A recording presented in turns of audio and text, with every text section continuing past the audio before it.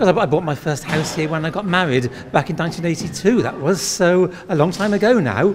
And I suppose I've got mixed feelings coming back here because, in a way, it was wonderful to get married and have my own house, but to pay for it I had to sell all my porcelain collection.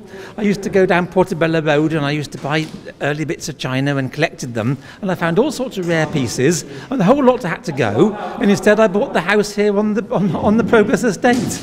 But it was so nice to do so because I had lots of old antiques, and to come into a house that had such character, it really fitted so well. And coming back today after I left here 25 years ago, and I haven't been back to Lovelace Green since, but it hasn't changed a bit. I mean, the houses are just the same, the fences are there all exactly the same as they'd always been. I mean, I remember when I was living here, I would go around in the evenings and see anyone whose bit of their fences had dropped off. I would take it back to my house and nail it on bits that were missing, and then 2 weeks later someone would have taken my bits back to their house. I mean, that used to do that, but it was never changed. It was all the same bits being reused. The houses are just as I remembered them, and had such many wonderful years living there.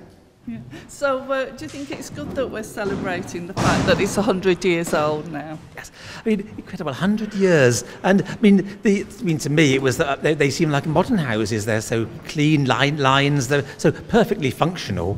But I mean, when it was built in 1915, I mean, that was revolutionary for its time. But they worked as houses to live in. People wanted to live there. And I can see the pleasure meeting today people who still live here. They've been here all their lives. And one can see the pleasure of it, and I guess they haven't. No one here today goes back quite 100 years, but I mean it's a real achievement, and it's really something to celebrate. I've only for the last, I think probably about the last year or 2 years, I've actually found myself quite interested in antiquities and things because I actually came across them with some old tankers and things, and it was like really quite interesting. It's a Charlotte Reed vase, and I paid I think about £12–15 for it. And he said it was worth about £70, so I was pleased. Oh, that's wonderful. Brilliant. Thank you very much for talking to us. I think John Sandon's just a wonderful, enthusiastic, fluent speaker.